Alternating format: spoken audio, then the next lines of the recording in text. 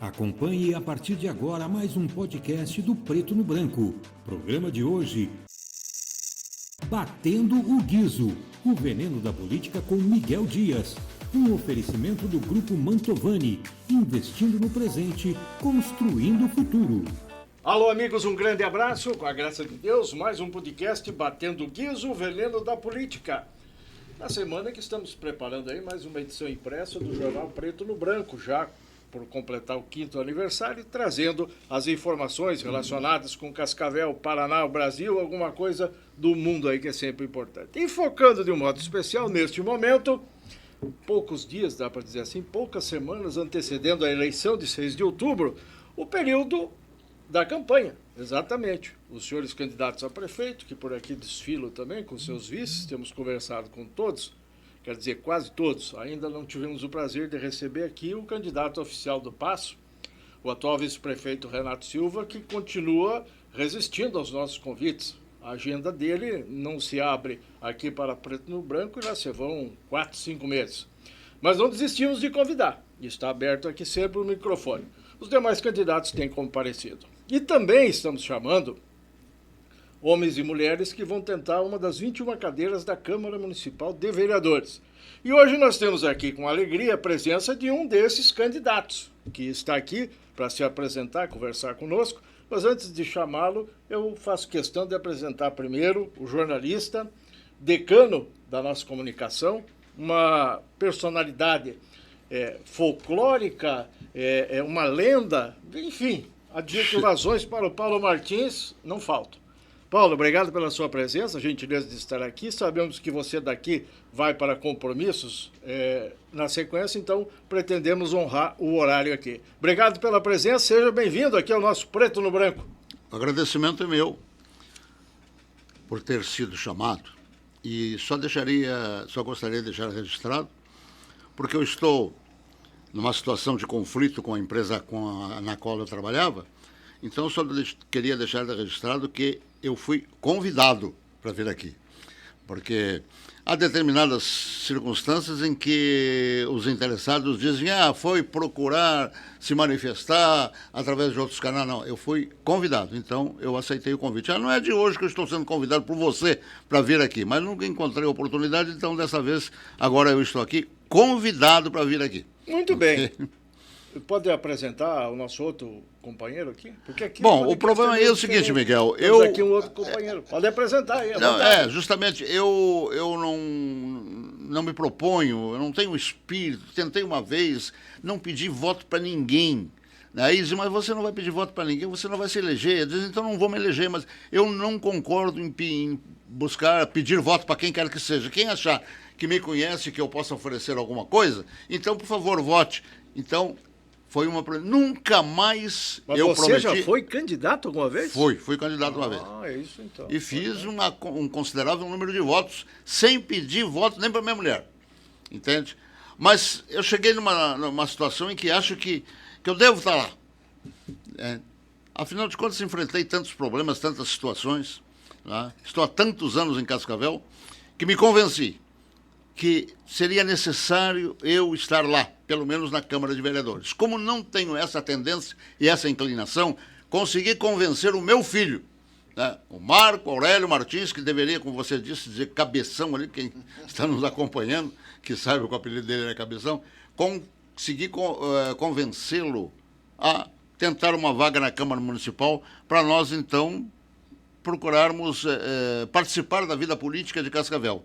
Como deve ser participar através de um vereador. O vereador vai legislar.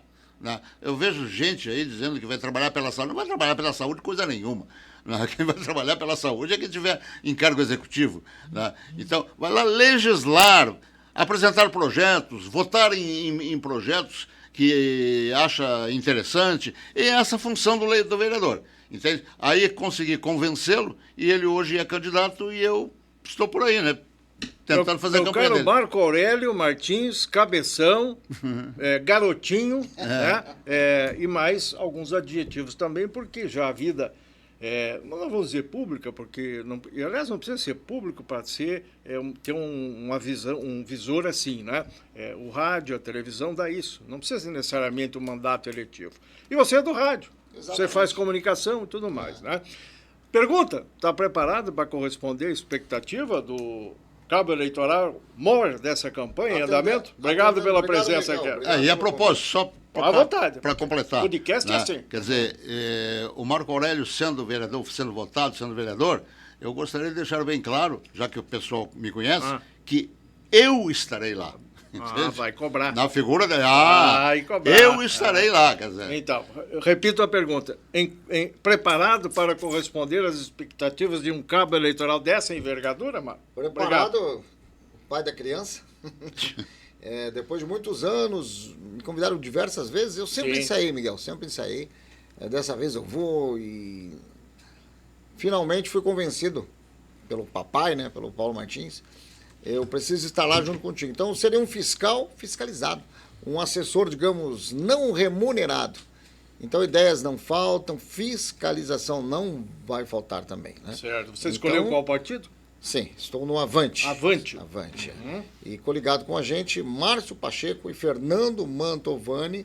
Fui convidado pelo Fernando, meu amigo de infância. Sim. Tenho 10 anos a mais que ele. Diversas vezes, na época eu tinha 18, ele tinha 8 anos. Vi ele brincando de bicicleta, já estava de moto e aquela coisa. Aí o tempo passou, vejo um homem arrojado, que é o Fernando, batalhador e com umas ideias boas. Somou junto com o Márcio Pacheco. Para mim foi maravilhoso esse fechamento dessa dupla. Sim. Eu acredito muito nos dois. E com o convite insistente do Paulo Martins, vamos, mas apesar da idade, deveria ter começado antes, no início da minha carreira do rádio, até mais conhecido. Parei com o rádio agora, mais de um ano, né? E eu falei, então vamos encarar. Tá comigo? Ele, tô contigo em todos os momentos. Então, vamos para frente. Vou falar de alguns detalhes da primeira vez que o Paulo Martins saiu, meu pai, a candidato, foi em 1982, ele era só da rádio. E naquela época fez 1.100 votos. E ele tinha... Sem pedir o voto. Sem pedir voto. Eu sou testemunha, eu quero testemunhar isso. Tinha eu de cabo eleitoral. Então eu não fui candidato, mas eu era o cabo eleitoral. A minha mãe, minhas irmãs, meu tio. E eu consegui levá-lo até o bairro Parque Verde. Ele falou, então eu vou sair para pedir voto. Foi até o Parque Verde. Tem uma pessoa que eu conheço lá. Chegamos na casa, ficou a manhã inteira, tomou café e não pediu o voto. Falei, eu desisto. Aí tive que eu correr e tal, e ele não saia de casa, ele tem a vergonha de pedir voto. Não sei por que ele vai dar esse detalhe, por que ele não pede voto. E eu também, meio assim, né? Quem sou eu para falar, né? Meio que eu desenvolvi agora essa técnica pedindo voto. Na marra agora. Você está pedindo voto. Estou pedindo, porque ele disse que como eu vou pedir o voto, se eu vou trabalhar para o cidadão, né? Então vamos tentar considerar as duas coisas. Paulo, como é que o povo hoje está reagindo às campanhas aí que estão, a do Marcos? Me surgiu, porque eu ando muito esquecido, entendeu? Qual é a sua idade? Me surgiu agora, eu não quero... Qual é a sua idade? Dizem que você não fala a idade. Não, eu falo, só me perguntaram, eu digo, 84 anos. 84 anos, novo ainda, jovem. Guri ainda. Guri. E dando umas pernadas por aí. É mesmo? Não. Me surgiu agora, um slogan, né? Para a campanha dele, vote no Marco Aurélio e vote em 2. Olha aí. É ele, vou votar em mim também, porque eu vou estar no pé dele. Certo. Então se o eleitor votar no meu filho, estará votando também em mim. Por que o eleitor votaria no Marcos e no Paulo, a DOC, e não votaria em qualquer um dos outros 360 candidatos à vereança? 363 ao todo.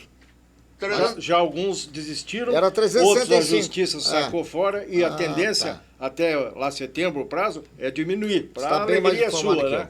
Mas por que o povo tem que votar, Paulo? Os índices de desinteresse são astronômicos, as pesquisas dizem que são, o pessoal não sabe ainda, até dizem, não sei se você acredita nisso, pesquisa, você fala disso também, que não sabem quem são os 4 candidatos a prefeito de Cascavel, dizem por aí. Como é que vai enfrentar as urnas nessas condições? Olha, eu acho que aí é que está a diferença. E qual é a diferença? Eu estou só na televisão da Tarobá, eu estava há 37 anos. Sim. Né? Então, todo mundo me conhece. Eu sempre fui líder de audiência, graças a Deus, e agradeço ao telespectador. Sempre liderei a audiência. o meu caráter é transmitido a cada participação que eu tinha na programação da televisão Tarobá. Então, o pessoal sabe o que eu sou, sabe o que eu posso oferecer. Sempre, são 37 anos só ali, né? Fora em outros órgãos de comunicação também, aqui em Cascavel, que eu estive. Poxa, então por que você pergunta? Porque ao Marco Aurélio conhecem através do pai dele, não é? A opinião pública me conhece, eu acredito que me conheça, 37 anos só na Tarobá, mais um tanto em outros órgãos de comunicação, então vão saber em quem estão votando, né? Os outros, eu não sei se vão saber em quem estão votando, mas no meu filho, né, todo mundo vai saber em quem votar, porque eu criei, dei formação para ele para ser uma continuidade daquilo que eu fui, em termos jornalísticos, né? E em termos jornalísticos, ele está participando. E agora tem que participar também da vida política, né? E daí para frente vai depender dele. Mas por que você disse? Eu respondo. Porque pelo menos ao Marco Aurélio eles vão conhecer, porque conhecem o pai.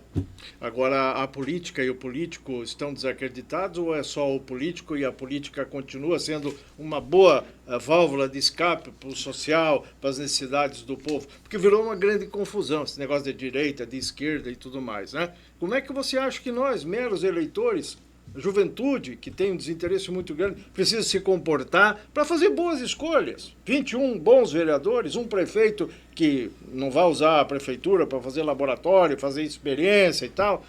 Como é que deve ser o nosso comportamento? Depois o Paulo Martins nos diz, o Marcos nos diz o que ele pensa do eleitor, que está falando com ele já por aí. Vai depender, né, Miguel? Vai depender da pessoa que será escolhida pelo eleitor. Eu acho que a política qualquer um entra. Até criminosos entram na política, tanta é verdade que é isso que nós estamos enfrentando no Brasil inteiro.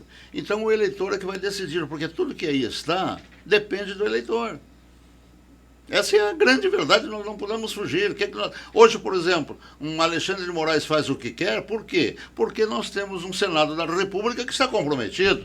Quer dizer, se tivéssemos tido condições de eleger gente competente para exercer a função do Senado da República, é claro que nós não estaríamos nessa situação. Então vai depender do eleitor. O eleitor veja em quem ele vai votar. A política, o que é? A política é isso aí que nós estamos vivendo graças ao quê? Graças ao combustível que estamos dando a ela. E esse combustível são aqueles homens que dizem que nos representam. Então, é essa a situação, é o eleitor é que vai decidir o que será do Brasil, da cidade e do estado aqui para frente. Marco Aurélio, o que o eleitor de Cascavel está dizendo para você, nessa interação que começa agora, deve se apertar mais nesses últimos dias aí da campanha, né? Você vai ter que conversar com de norte a sul aí da cidade.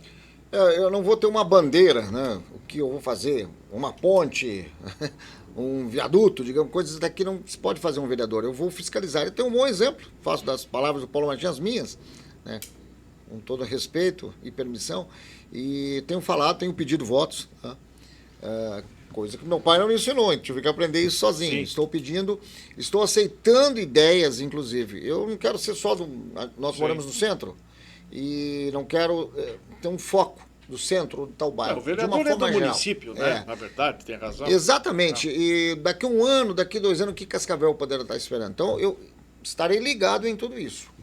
Com um bom assistente, com um bom coordenador, digamos. Estaremos juntos lá nesta caminhada aí. Paulo, já fez as contas e mais ou menos imagina a renovação na Câmara? Dizem que metade vai pular. Vai entrar uma outra metade. Uns falam mais, um pouco menos. Para mim, Miguel, é uma incógnita. Aliás, cada eleição é uma incógnita. A gente não sabe. É muita gente. Olha, a partir dos 16 anos, o cidadão já pode votar, né? E 4 anos atrás era uma criança. Então, eu não sei. É uma situação assim que fazer prognósticos é muito difícil, porque depois vão cobrar vocês. Sim. Olha, você fala, eu votei em tal situação porque eu lhe ouvi e você disse isso. Então, um prognóstico é a coisa mais difícil que se possa fazer em termos de política, principalmente aqui no Brasil. Veja o que está acontecendo no Brasil. Você soube do Alexandre Garcia? Não, pode contar. Então, vou te contar, vou dar a notícia agora. O Alexandre Garcia, ele está agora na internet, mandando recado para a população brasileira, falando de Portugal. Ele diz assim, olha, a partir de hoje estou falando de uma terra onde há democracia de verdade. Não aguentei mais o Brasil e vim embora. eu estou em Portugal e aqui eu vou morar. Alexandre Garcia é um nome consagrado, né, em termos de credibilidade, por exemplo. Credibilidade é uma coisa que você conquista, você sabe disso. Não adianta uma estação de televisão botar numa chamada, aqui, credibilidade. Não é ela que vai dizer, quem vai dizer são os telespectadores. Quer dizer, Alexandre Garcia é um homem, é um jornalista de credibilidade. Não aguentou, Miguel, foi embora. Foi embora para Portugal.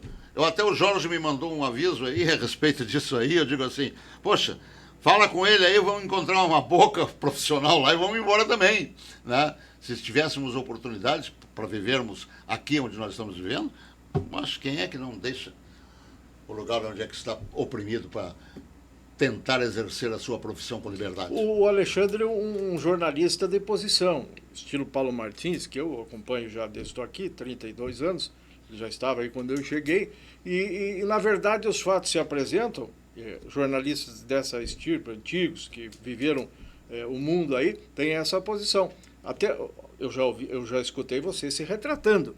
Do quê? De coisas que você disse e depois verificou e voltou atrás e falou, eu disse tal coisa, na verdade é isso, isso e aquele outro. Você já fez isso várias vezes. Olha, Miguel, eu posso dizer... O Paulo, o Alexandre,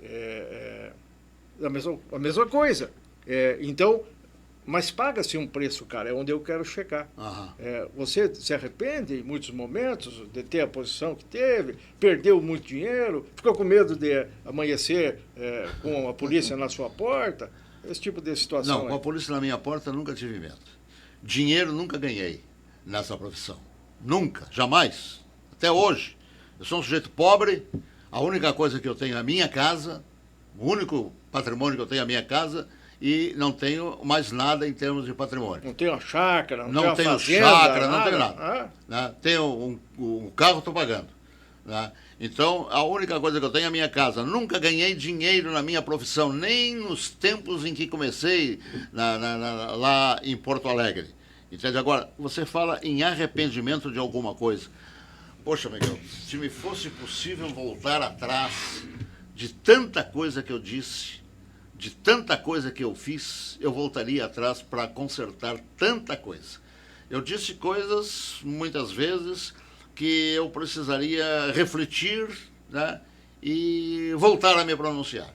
E fiz coisas também, até em brigas com parentes, como me arrependo, brigas com colegas, né, como... Me arrependo muito. Eu sou humilde para dizer que me arrependo. Eu já vi colegas dizerem que não se arrependem de nada. Se arrependem, sim, senhor. Todos nós nos arrependemos. As coisas são circunstanciais e nós somos necessitados a acompanhar essas mesmas circunstâncias. Quem é que não se arrepende de alguma coisa, meu Deus do céu? Não é verdade? Deixei uma namorada no tempo que eu tinha namorada. Não devia ter deixado. Coitadinha, ficou chorando, etc. Eu fui embora. Isso aí é coisa simples, tal. Mas eu digo que coisas assim, principalmente, eu gostaria de voltar para mostrar que estive arrependido. Temos um colega aí, até já foi seu colega e tal, enfim, o nome não interessa, ele diz o seguinte: jornalista de verdade tem que ser processado. Eu já tive 37 processos, ganhei 35 e tudo mais e tal. Aí eu tenho que me recolher a minha insignificância. Eu nunca fui processado por nada. Nunca tive que botar meu CPF em... O senhor já foi processado? Já foi processado? Já perdeu o processo? Ganhou o processo? Já ganhei uns e perdi outros. Mas é censura? E foi perdoado por outros, inclusive. Foi perdoado por outros. Né, de parte do processante, da pessoa que processava. Isso aí, lamentavelmente, acontece, né? A pessoa se revolta quando acontece alguma coisa em que ele esteja enfocado, incluído, né? E a primeira reação é pegar um advogado, principalmente se está ao seu lado, e armar um processo. Aí depois a coisa vai desenrolando, chegando a determinadas conclusões e pronto. Um único processo. O resto todo foi civil. Né? Um único processo que eu tive criminal, um único. Mas esse processo criminal eu ganhei. Né? O advogado ganhou, né? É claro. Né? Eu fui absolvido, digamos. Foi o único processo criminal. Os outros foram processos cíveis. Né? Ganhei alguns, me ralei em outros.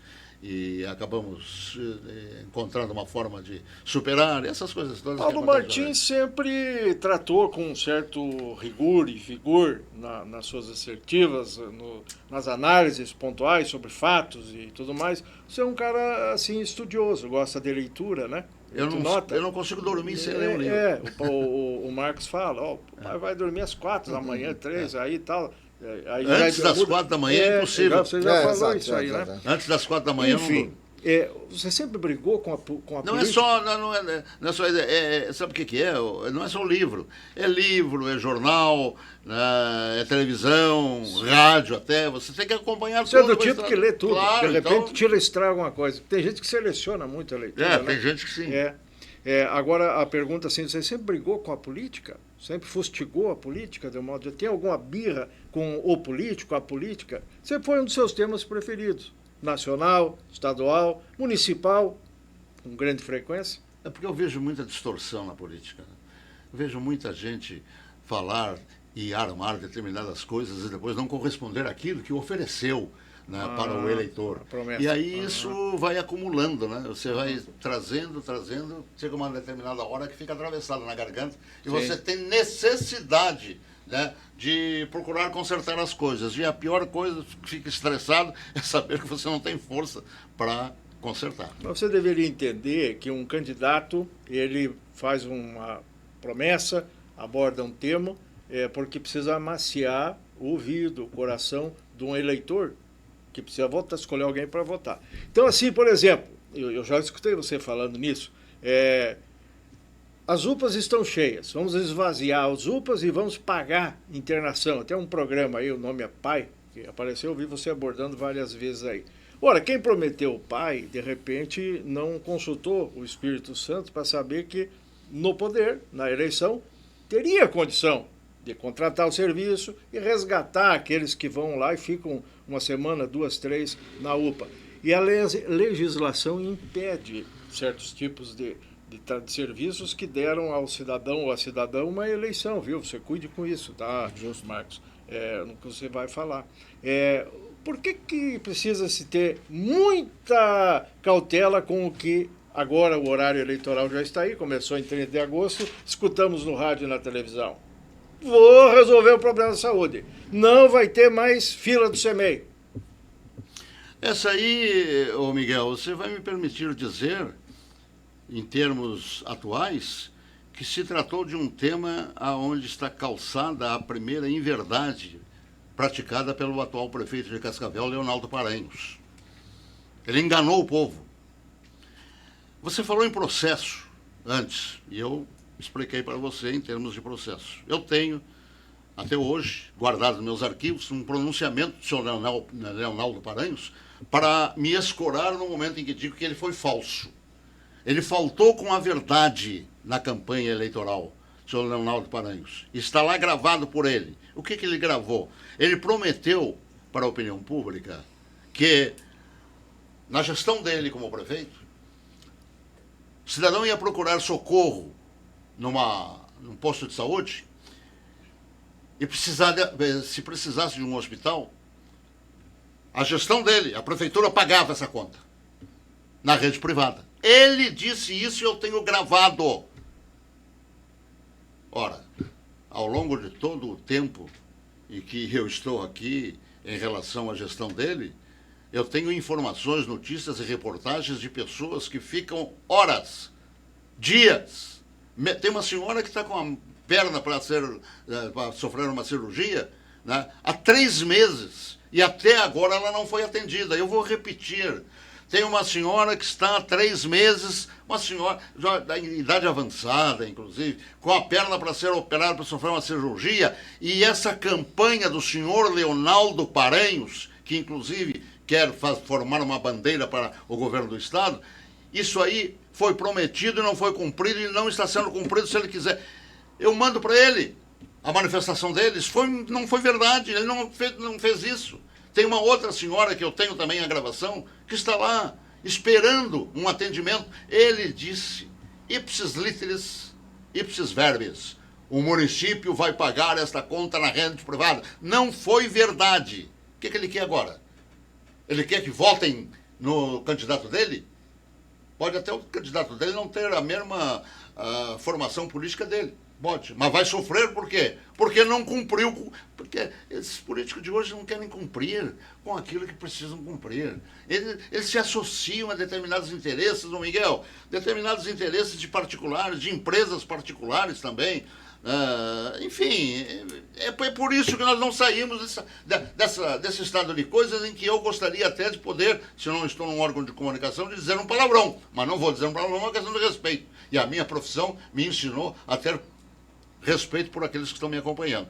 Entende? Então é esse que é o possível. Você falou numa coisa exata que está acontecendo. O Paranhos prometeu que o município pagava. Ouviu, Paranhos? Tomara que você esteja vendo este programa aqui e absorva a necessidade de você falar, não digo falar, mas cumprir com a verdade em relação àquilo que você promete. Você prometeu e você não cumpriu. Você, com que autoridade você quer hoje indicar candidato para a sua sucessão? Eu sei, você está numa campanha, na verdade, você não está numa campanha, não está numa campanha para o Renato, não. O Paranhos está numa campanha para governo do Estado, ou pelo menos vice-governador ele quer. É esse o objetivo dele. Ele vai dizer assim, ele não pode falar isso porque... Eu até vou usar palavras que ele pode usar futuramente, porque ele não entra na minha intenção. A minha intenção entra eu e Deus. Ele pode dizer isso também, né? Mas eu entro nessa intenção. A gente percebe essas coisas. Você, Miguel, quanto tempo você está nessa vida? Você olha o político assim, pela forma dele sorrir, você já sabe se ele está falando a verdade ou não. Entende? Então, o Paranhos prometeu colocar... Deu 43 milhões para ônibus. Ele quer socializar. Ele quer socializar o transporte coletivo para transformar aquilo ali em ônibus elétrico. Já está superado. Andam os ônibus aí sendo puxados por trator. Né? Já está superado. Ele quer uma bandeira para o governo do Estado. Para a campanha do governo do Estado. Eu tenho também vídeo mostrando companheiros de partido dele, né, dizendo que ele é realmente candidato ao próximo governo do Estado. Entende? Então, esse aí é que é o problema, que você me pergunta e eu digo, olha, tem coisas assim. A classe de jornalista, você se prepare, viu? Você se prepare. Porque eu estive lendo um levantamento científico, né, de bom fundamento, e nesse levantamento científico eu fui informado de que a classe dos jornalistas morre mais cedo. É a classe profissional no Brasil que morre mais cedo. Bom, como eu não gosto de ficar esperando que me informe melhor sobre as coisas que eu estou tomando conhecimento, eu fui procurar as razões. Mas por quê? E aí eu encontrei de pessoas credenciadas, de profissionais credenciados, especialistas, porque o jornalista, aquele que atua da forma como você atua, como nós atuamos, ele acaba absorvendo tudo aquilo que ele tem que diluir para esclarecer a opinião pública. E aquilo é um estresse. Aquilo é uma depressão. O jornalista sofre de depressão por causa das circunstâncias relacionadas com a sua vida e a vida da opinião pública. Aquilo acumula, Miguel. São especialistas que dizem isso. E aí você acaba acumulando aquilo ali, você vai ter uma gastrite, você vai ter uma série de outras coisas, né? E vai acabar morrendo mais cedo, a classe de jornalistas. Então, essas coisas todas assim, quando vem a público, né, a gente não tem como apelar, não tem como consertar, você acumula, fica estressado. Agora, aqueles que entopem, que colocam e não vai para fora, não é o seu caso, nós aqui também falamos aquilo que nos é permitido falar, esses têm uma sobrevida um pouco melhor. Porque quem é entupido e que fica só, esse sim vai para o saco bem ligeirinho. Justamente. Meu caro Marco Aurélio, você está ouvindo atentamente, pode opinar e tal, mas você está vendo que a situação não é fácil, né? E que você hoje enfrenta 17 por 1 na questão como se fosse um vestibular. 17 por 1. Eu já passei no vestibular. Você vai dizer o que para encantar o eleitor? Olha que o Paulo já fez o que não pode fazer. O que você vai fazer? Como eu já passei num vestibular do qual foi até mais difícil, Fala formei- meu pai, não fala Paulo, que eu fico meio tal. E me formei em administração pela UniOeste, eu estou enfrentando um novo vestibular e com um grande professor. Então, pelas palavras dele, da qual te dá toda a liberdade para ele falar, por isso que eu acredito que ele vai muito longe, porque ele fala o que pensa. Assim como você dá essa oportunidade também, nos convidou aqui há um bom tempo. Então, eu acredito que ele vai longe, né, nessa intenção, e me dá essas dicas. Antes de eu aceitar, coisa que eu não aceitei, porque eu sempre fui na área de comunicação, área cultural, musical, do rádio, eu falei, pai, eu não gosto de política. E o tempo passou até que chegou um momento que eu achei por bem eu aceitar estar junto com ele. Ele se desligou da TV e tem um tempo maior para estar comigo nessa caminhada. E, como ele disse, vota em um, vota em dois. Então, tenho muitos conselhos, bons conselhos. Um deles é esse. Não prometa o que você não vai cumprir. Então, as palavras dele aí, somado à minha campanha. Outra coisa que eu quero dizer, ele disse que nunca ganhou dinheiro. Não ganhou porque não quis. Porque eu sou testemunha, não dá pra falar tudo que eu vi, e da qual eu me orgulho, porque não quis ganhar e muitas vezes que ofereceram dinheiro. Um tapa-boca aqui, outro, vamos falar bem o português. E se ele quiser falar, é com ele. Um cala-boca aqui, o outro aí e tal, né? Exatamente. A gente sabe como é que como funciona. isso funciona, né? Agora, eu posso dizer para você uma coisa, entende? Com toda certeza, com toda convicção, e no dorso de toda a verdade, e olhando no seu olho. A mim, como jornalista, e exercendo a função que eu sempre exerci nos órgãos de comunicação, dirigi a Rádio Colmeia, vim para cá pela Rádio Colmeia, fui para a televisão Carimã, fui para a televisão Tarobá, fiquei 37 anos. Nós trabalhamos juntos lá onde hoje é a Rádio Estúdio. Na Exatamente. época, até você foi gerenciar lá. A Rádio juntos. Estúdio foi eu que instalei aqui. Né? Trabalhamos juntos lá. Você não lembra, mas nós trabalhamos. Então, Eu lembro. eu posso dizer para você e para quem está me acompanhando, né, que a mim jamais compraram. Eu, na minha vida profissional, jamais aceitei esse tipo de jabá que falo. Entende? Por quê? Porque essa é a minha profissão da qual eu vivo. Sou pobre, sou um operário da comunicação. E eu preciso dela para viver enquanto eu estiver vivo. A mim nunca compraram. Tem, inclusive, certos... Quer ver uma coisa, Miguel? Eu estava falando no Paranhos aqui, entende? Eu ontem fui obrigado pela primeira vez a mandar um recado para ele. Porque eu vi uma gravação onde ele ligou para o Marcos Formigueri, dono da Gazeta, onde eu estou atualmente, se queixando de mim. Pô, mas, ô Marcos, que vergonha.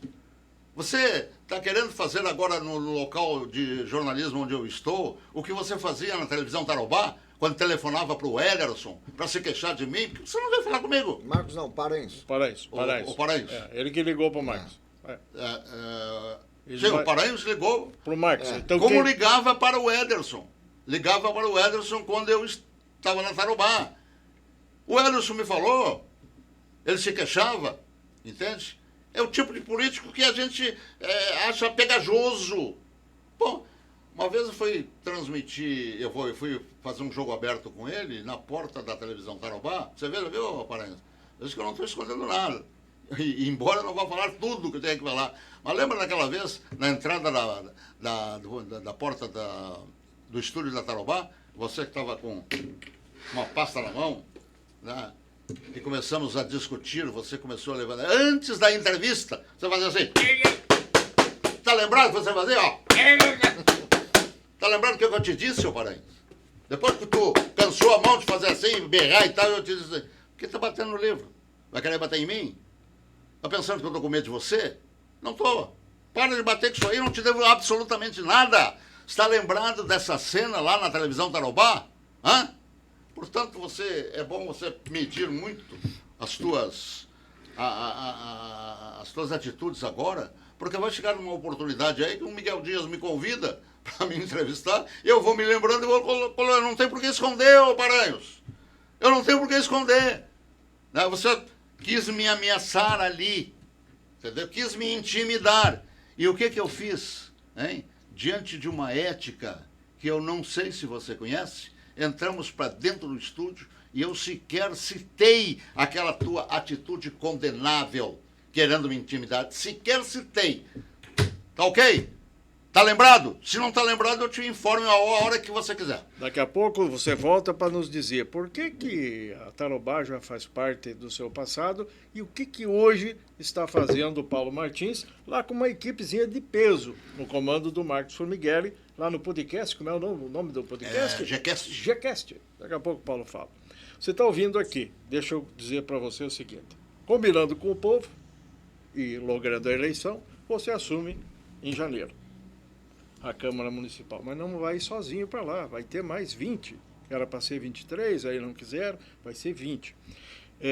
Como é que vai ser o seu relacionamento com colegas, futuros vereadores de outros partidos que saíram sob a bandeira de outras candidaturas, que não a que você citou aqui, que é a sua candidatura e tal? Qual é a sua visão nesse sentido? Você está pronto para ser vereador de situação, de oposição? Qual a sua ótica sobre isso? Eu estou pronto para trabalhar nas necessidades do povo de forma geral. Não de um bairro específico, mas sim de todos, do centro da cidade, o que precisa. Existem coisas também que não dependem só do vereador, mas a gente pode ajudar, entendeu? Propor, por exemplo, uma melhoria no trânsito, uma forma diferenciada do que é atual, né? O vereador pode fazer isso. E eu também não tenho nenhum compromisso. Conforme disse meu pai, não temos dinheiro, então não tenho compromisso. Eu até o momento não tenho nenhum real, posso te dizer, de investido na minha conta. Lá, por exemplo, tem uma conta política. Sim, eu coloquei R$ 2,42 para ver se estava funcionando. Está funcionando. Sim. E pretendo ir assim até o final. Então, vou fazer as coisas certas. Tenho um fiscalizador, um bom exemplo, que é o meu pai, e vou seguir dessa forma aí, diante das necessidades. Porque na dinâmica você sabe que para apresentar uma indicação que vai a voto, apresentar um projeto, alguma sugestão, você precisa ter maioria, precisa ter os votos favoráveis, né? Justamente. Então precisa ter uma boa relação. Tal. Eu pretendo trabalhar de forma que não existe, o que no meu ver existe uma união lá dentro. Não todos, né?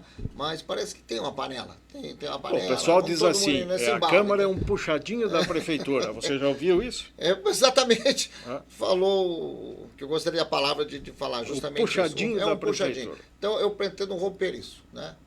Com o meu Agora a senhora de convir que o prefeito que assumir, que pode ser o seu, pode não ser, né? O senhor, lá, ele executivo, você vai querer cooptá-lo para que vote, e olha, essa palavra é no sentido de conquistar, viu, Paulo? Não vamos falar de cooptar, assim, entendeu? De fazer a oferta, né? Mas vai querer que você vote e tal. Então, você sabe que vai ter isso e vai fazer essa análise aí. Qual a sua avaliação da Câmara hoje? Está muito conectada com o prefeito. Não todos, né? Muito conectada. Então, eu pretendo romper esse tipo de situação e não, tipo, Maria vai com as outras, não um puxadinho da prefeitura, entende? É esse tipo de situação que... Você falou do trânsito aí, tem uma visão de como é que está o trânsito, aliás, o Paulo Martins já fala sobre ele. O Paulo sempre falou na indústria da multa. Disse, repetiu, acho que até hoje sustenta isso aí. Você acha que tem indústria da multa? Não só acho, mas tenho certeza. Por exemplo, tem multa que chega porque você leva um cachorrinho, o dog, o gatinho, ele faz parte das famílias hoje. Eles romperam algumas barreiras, então você tem que levar o dog. E você recebe em casa uma multa de um cachorrinho que está atrás. O que vai fazer o quê? De que forma? Entendeu? Então, essa indústria da multa é muito forte. É muito forte. Eu não só acredito, como realmente... E como é que não cai essa indústria da multa, Paulo? Porque quanto custa um radar? E são dezenas e dezenas espalhados. Quanto custa isso? Essa é a mola mestra do mundo, infelizmente, principalmente da política. É o dinheiro. É o dinheiro. Você vê o trânsito em Cascavel, hoje em dia não se pode andar em Cascavel. Eu sempre digo, olha, nós tivemos aqui uma arquiteta chamada Solange Smolarek. Conheci. Eu conheço, não sei se é viva ainda. Que profissional. Que conhecia aquilo que fazia. Entende? Ela está aqui em Cascavel. Ela fez um plano de viário para a Avenida Brasil que não tinha congestionamento nas grandes cidades, descongestionamento. Ela fez aquilo e não tinha congestionamento. A pessoa entrava, voltava, continuava tal. Por que não? Falta de humildade. Entregaram para uma mulher, uma moça, sei lá quem é, que eu não conheço e nem quero conhecer. Nunca entrevistou a Simone? Hein? A Simone Soares é o nome da atual presidente. A Simone, da Transitar. parece que ela é gente fina, gente querida de tratar, educada. Tomara que continue assim no seu comportamento, mas não em trânsito, porque em trânsito ela é um desastre. Tá? Você, depois das 5 horas da tarde, você não consegue você não consegue andar em Cascavel. É terrível, porque vão lá, o que fizeram na Avenida Brasil? O que fizeram na Tancredo? Quer dizer, você agitaram o fundo do rio e não querem que se perturbe a superfície? Não tem isso. Aquilo ali congestionou o resto da cidade. E não tem humildade para chegar e voltar atrás e dizer, vamos fazer uma coisa diferente. Acho que você tem tanta razão que se pegarmos e observarmos a Carlos Gomes hoje, o que está acontecendo lá, naquela região, é exatamente isso. Estão fazendo uma intervenção, então, você já fez um omelete sem quebrar o ovo? Você vai dizer, não tem que quebrar. Beleza, tudo bem. Tem transtornos? Claro que tem. Mas, sim, se fosse para ser bem planejado e bem pensado, não estaria o caos que está agora lá. Nós não tem respeito nem por prazos, Miguel. Você sai daqui agora, você precisa pegar aquela rua lá para andar, né? Você é barrado. Quer dizer, aquilo ali fica 1 semana, 2 semanas, 3 semanas, 4 semanas, eles não estão nem aí. Aliás, não cuidam do trânsito. Agora mesmo nós estávamos vendo aqui caminhões em fila dupla. Não existe aqui uma regra geral para botar caminhão em determinados horários para descarregar e carregar. E aqui não tem respeito de nada. O trânsito em Cascavel, infelizmente, não tem respeito de nada. Então, nós precisamos melhorar isso aí. Por isso que eu digo, o Marco Aurélio vereador, você vai votar em 2. Vai votar em mim também, porque eu vou votar no pé dele. Vai votar em 2. Né? Eu me proponho a fazer isso. Muito bem. Eu sigo essa bandeira, porque ao longo da minha vida, desde criança, filho do Paulo Martins, então agora sou mesmo filho do Paulo Martins. Nunca me incomodou. Pelo contrário, sempre me orgulhou. Agora mais do que nunca. Então temos bons exemplos do passado, que eu ouço todas as histórias dos primeiros vereadores, primeiro prefeito, primeira eleição. Então vou usar tudo isso de benefício ao povo. Paulo, você conhece o Zé Marmita? Zé da Marmita? Conhece. Miguel, eu tive um cidadão que a minha mãe chamava ele de Zé da Marmita, que ele era colega. Você sabe, eu nasci no mês de janeiro, mas o meu pai havia morrido em novembro, 2 meses antes. Meu pai morreu, eu fiquei sem pai. Né, sem pai. Aí, depois de 5 anos viúva, a minha mãe casou de novo. Então eu tive um padrasto. Né? Além de tudo, não ter pai, tive que eu mesmo, depois dos 14 anos, seguir a minha vida, né? E cuidar eu mesmo da minha vida, né? E principalmente era um padrasto. Mas esse meu padrasto está morto. Quer dizer, eu não quero dar aqui, destacar os seus defeitos. Mas ele tinha um amigo, né, que era pedreiro e que andava de bicicleta com uma marmita ali atrás, naquele bagageiro que tem a bicicleta. E o nome dele era José. E esse meu padrasto chamava ele de Zé. Zé isso, Zé aquilo e tal. E eu fiquei com aquilo na cabeça. E ele passava ali e o meu padrasto pegava a bicicleta dele e saíam os dois, né? E aí quando perguntavam onde é que estava o meu, ele disse, saiu com o Zé da Marmita. Com o Zé da Marmita porque o Zé tinha uma bicicleta, tinha um bagageiro, tinha uma marmita, aonde ele levava comida para na obra e tal. Daí aquilo ficou. E eu me lembro, toda vez que eu me lembro de uma pessoa assim, que está extremamente necessitada de alguma coisa, que é pobre, eu me lembro do Zé da Marmita, né? O Zé da Marmita estava lá, religiosamente naquela hora ele estava lá para ir embora para o trabalho. Esse é o Zé da Marmita que eu... Você fez um comentário agora recente, escutamos e fez essa a análise aí, a simbologia e tudo. O Zé da Marmita nos dias de hoje, de um modo geral, né? Falamos aqui da saúde, poderíamos ter falado de outras coisas mais, mas tem educação, tem a questão da segurança e tudo mais, né? E tudo isso, meu caro Marco Aurélio, temas que são importantes para a eleição que se avizinha, né? Justamente. Você também tem uma visão do Zé da Marmita? Tenho também. E vou pôr em prática esses ensinamentos, não só do Zé da Marmita, da nossa vida aqui em Cascavel também. Eu penso, o empresário tem dificuldade também. Ele abre uma empresa, ele tem um CNPJ, ele fecha. Ele tem uma dificuldade grande de fechar por culpa do quê? Da prefeitura, ela tranca. Quando de surpresa vem uma ação contra o empresário, entende? Eu pretendo também auxiliar, facilitar, porque eu tenho esse conhecimento também, sou formado em administração e pretendo também fazer esse auxílio. Outras ideias também, eu acredito muito nesse corredor que passa o Brasil, o mundo, na BR em direção ao Foz do Iguaçu. Existe a possibilidade de atrair ao menos uma parte desse pessoal, trazer para Cascavel, que é abandonado o turismo. Agência do Trabalhador, 1.200, 1.300 vagas dia, e a Marlene Clivelari lá, correndo atrás de empresários para oferecer. O empresário oferece a vaga, mas não aparece o jovem, esse um aí. Olha aí. Que está ganhando lá do governo federal o 600 aquele, que é uma ajuda. Sim. Daí outro lá entra um outro programa, 150 por filho que produzir. E aí o pessoal diz assim lá para Petrocon, que está fazendo ali a Carlos Gomes: eu até me interesso em sei trabalhar de pedreiro, mestre de obra, mas eu não quero carteira assinada, porque senão perco os penduricados. Olha só. É exatamente isso. Mas isso é injusto? O Zé da Marmita precisa do que puder faturar, Paulo. Sei, Miguel. Acontece o seguinte, isso aí é questão de formação. Né?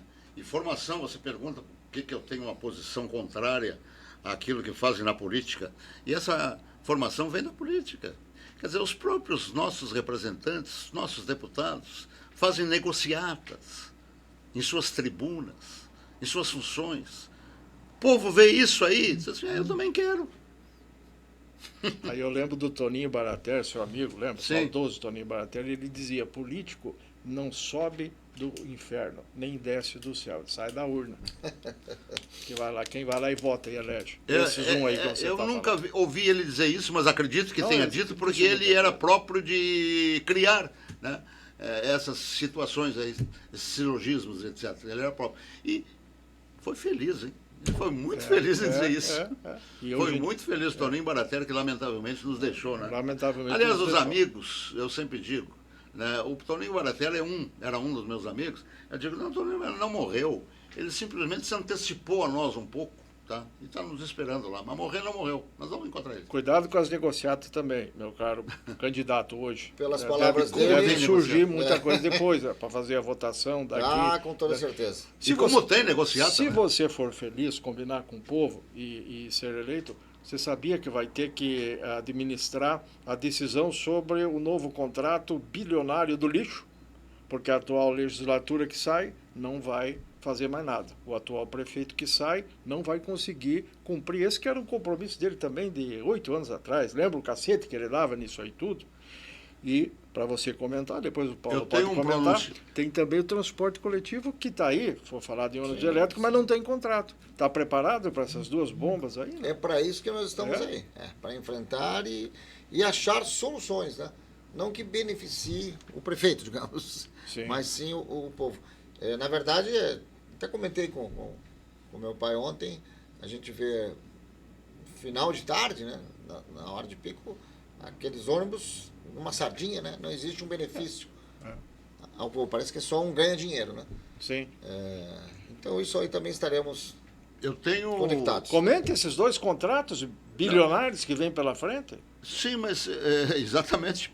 Né? Vou tomar conhecimento disso, mas antes quero dizer para você que eu tenho também um pronunciamento, né, que eu acho que convém se registrar, do seu Leonardo Paranhos, atual prefeito de Cascavel, fazendo um pronunciamento na Assembleia Legislativa. A Câmara pega ele de lado e pega ele de frente. Ele criticando a situação do lixo em Cascavel. E depois que ele assumiu a prefeitura, eu tenho essa gravação, viu, Paranhos? Eu tenho também essa. Ele criticando a situação do lixo na Assembleia Legislativa do Estado do Paraná. E depois que ele assumiu a prefeitura, ele fez a mesma coisa. Venha dizer que não. O contrato está aí? É o mesmo. Então, Só venha dizer que não. É. Né? Então, posso trazer para você aqui uma hora ou outra também? Falando nisso, daqui a pouco nós já vamos encaminhar para o final, uma hora passa rápido, mas aí eu preciso lembrar que nós temos mais, que além do citado Renato Silva, outros 3 candidatos a prefeito. E um deles... Você me perguntou a respeito da Tarobá, né? Não, depois, no finzinho. Depois. E um deles, seu amigo antigo, eu lembro, o ex-prefeito Edgar Bueno, que está hoje com 74, 75 anos, é mais jovem que você, e que está querendo voltar. E aí o pessoal diz assim, não, o Edgar tem que ir para casa, cuidar dos netos, já deu o que tinha que dar e tudo mais. Que análise devemos fazer em relação assim, aí não especificamente o Edgar, poderia ser outro, o próprio Renato tem 73, 74 também. O velho tem que ir para casa mesmo? E me desculpe, você está com 84 e me parece jovem ainda. É um hormônio que existe, né, que é produzido na atividade sexual, né? Isso aí traz a juventude. Quanto mais sexo, exato, quanto mais jovem. você tem atividade sexual. Sim, tem gente que fala isso. Então você fica Não conservado. vamos aqui saber da sua atividade sexual, mas você já disse que está bem ativa e tal. Para mim te responder, eu tenho que dizer de onde venho. Pois é. Né? Você é de Rio Grande. Eu sou da cidade de Rio Grande, no Rio Grande do Sul. Não de Pelotas. Cidade mais velha. Não. É ali perto, mas...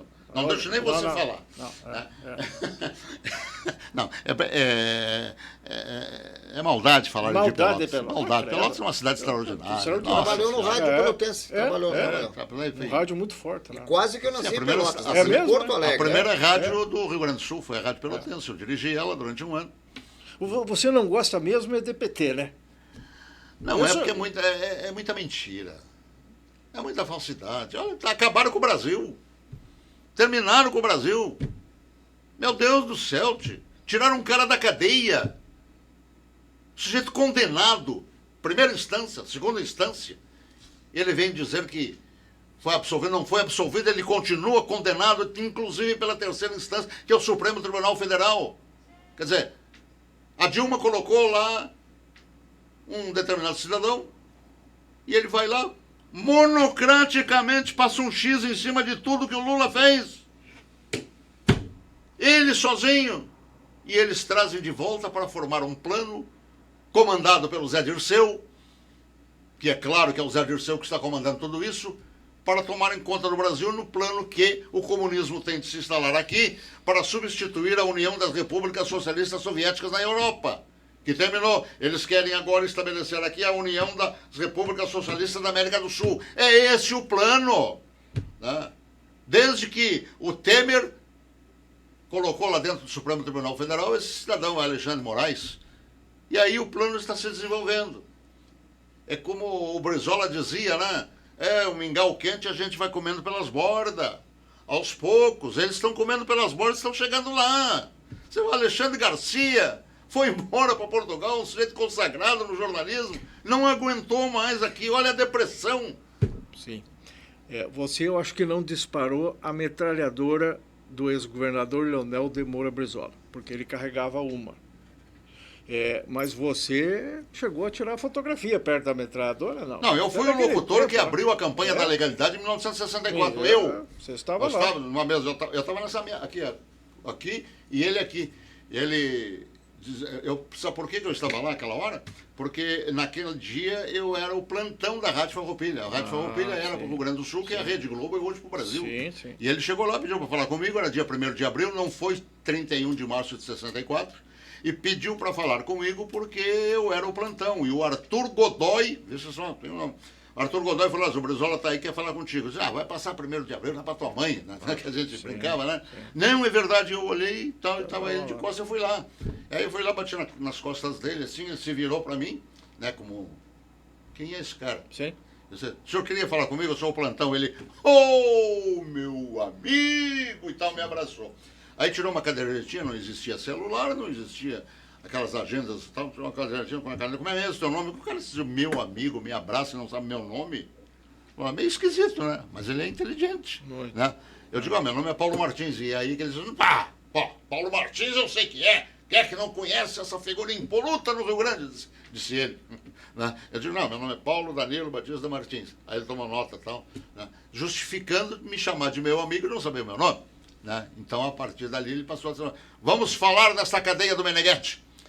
Eu digo, vamos, tem problema, cadeia do Meneghetti, porque o Hildo Meneghetti era o governador do Rio Grande do Sul, né? E tinha convocado todas as emissoras de rádio E o Brizola chegou lá para romper aquela comunicação e fazer a campanha a segunda campanha da legalidade.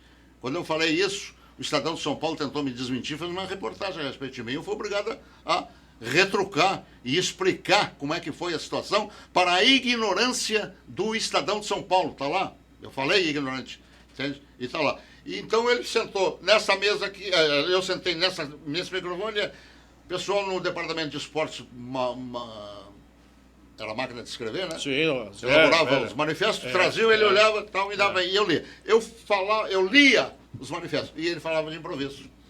Foi assim. Esse foi o Brizola. Dia 1º de abril e não foi 31 de março. E o que ele cita, Miguel, está registrado num comentário dele no YouTube do Bolsonaro, que viralizou. Só para deixar esse detalhe registrado. Muito bem. Paulo, o tempo já terminou, temos que ir acabando, e aí eu estranhei e que você tivesse, sim, da noite para o dia, se afastado da televisão. No caso, a Tarobá, 37 anos, que você estava lá ininterruptamente falando, todo dia, a gente acompanhando e tudo mais. Final de ciclo, esse na televisão? Um comentário? Fique à vontade para comentar isso. Se você descobrir por quais razões, eu até agradeceria, porque parece, eu não sei se brigaram ou o que houve entre os 3 irmãos Mufato e se separaram as coisas, isso não passa de um blefe, e parece que a Tarobá passou a ser dirigida pelo mais novo, que eu vi de calça curta, que não entende nada de televisão, e eu digo que não entende nada de televisão baseado no fato de que ali nem me passou pela cabeça sair da Tarobá diante das manifestações do seu Ederson Mufato, que é o irmão mais velho, e que quando eu quis sair de lá, eu estava fazendo um acordo e indo para a KTV, o Jorge me convidou, com o aval do seu Assis Gurgatz, né, para ir para a KTV, e o seu Ederson me chamou lá e me disse o seguinte, e eu me aposentei, logo me aposentei, mas continuei trabalhando. Por quê? Porque o seu Ederson disse assim, olha, eu estou falando aqui no podcast mais acompanhado aqui de Cascavel, né? Não estou mentindo, estou falando sério, aquilo que realmente aconteceu. O seu Ederson Mufato, no gabinete dele na BR-277, né? Eu só não digo que ele implorou, mas quase implorou. Disse, Paulo, você não pode sair da Tarobá. E eu tinha o convite para ir para a KTV. Você não pode sair da Tarobá porque você é a cara da minha família. A cara da família Mufato. Você é a cara da televisão Tarobá. E começou a me encher de... Então você não... Se eu precisar, se você quiser, eu pago o teu salário. Para você não trabalhar, se não quiser trabalhar. Você está se aposentando. Eu pago o teu salário, mas você não pode sair daqui. Assim como ele me pedia para nunca ir num outro supermercado, senão o Mufato, né? Porque ficaria chato para a família Mufato eu estar em outro mercado. E eu nunca tinha ido em outro mercado. E aí, de uma hora para outra, eles fazem esta lambança lá, em relação à televisão Tarobá. E o que a gente sabe em termos de comunicação é construir alguma coisa e ir desenvolvendo esta mesma, e não destruir, como estão destruindo a televisão Tarobá. Esse menino, será que esse é menino, que eu não vejo a cara dele há muito tempo? Aí chegou, me mandou um agente dele, me mandou um assessor dele. Eu com 37 anos de casa, representando a Tarobá, nunca cometi um deslize. Miguel, eu nunca cometi um deslize na televisão Tarobá. Se me apresentarem um deslize, eu engulo tudo que eu estou dizendo, né, para prejudicar a empresa. Mandou um assessor dele dizer para mim que eu estava fora da programação da Tarobá. Se eu quisesse, bem assim, hein, como se eu fosse um moleque. Se eu quisesse, eu fosse para a Rádio Tarobá fazer comentário de manhã. Quer dizer, aquilo veio aqui na garganta, né? Se trata dessa forma, um moleque. Nem mesmo um funcionário mais subalterno. Agora, eu que representava a Tarobá, segundo o seu Ederson Mufato, eu que representava a família de Mufato, chega na minha frente e diz, você está fora. E eu gostaria de saber por quê. Eu gostaria... Mudaram até o emblema da Tarobá, a logomarca. O que é isso? Já pensou a Globo terminar com Plim Plim? Então, a partir dali, só estou esperando, porque eu mandei um recado para o Ederson, eu não quero ir para a justiça para buscar aquilo que eu tenho direito. Se eles lá me apresentarem um recibo dos últimos 3 anos. Um recibo que seja. Entende? Porque eu estou com um problema com uma empresa que dava nota para a Tarobá em relação às negociações de publicidade. Né? Me apresenta um recibo de salário. Eu digo aqui de público, num dos podcasts mais acompanhados aqui de Cascavel.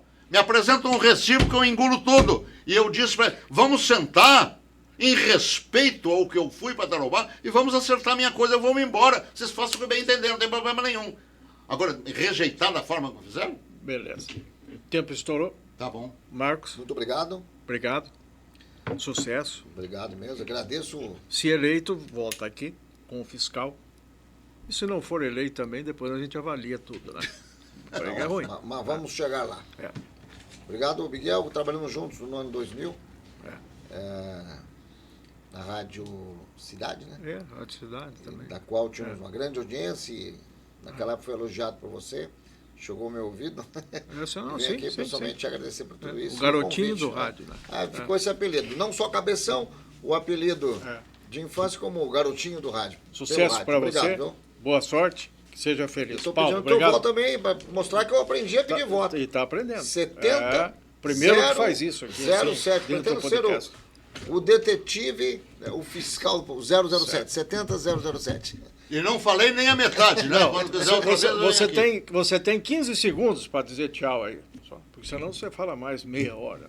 Quem sabe, faz ao vivo, né? Verdade. Ô, Miguel, você... Um abraço, viu, Paulo? Eu passei a vida inteira com esse negócio de segundos, sentando e tal. Não, aqui Agora, não tem. muito obrigado por me Já aturar. estamos passando lá. Agora, tudo Gadir, que eu falei aqui é a expressão da verdade. E se vocês escolherem o meu filho como vereador, vão escolher 2 vereadores, porque eu também estarei junto com ele. um abraço aos nossos convidados, ao Jardim que esteve ali, o Leozinho fiscalizando de perto que você falou, o nosso Leozinho Rigon. Nunca ele fica ali. Só uma deferência especial para os nossos convidados, né? Muito obrigado, muito obrigado. Até a próxima, um grande abraço. Obrigado.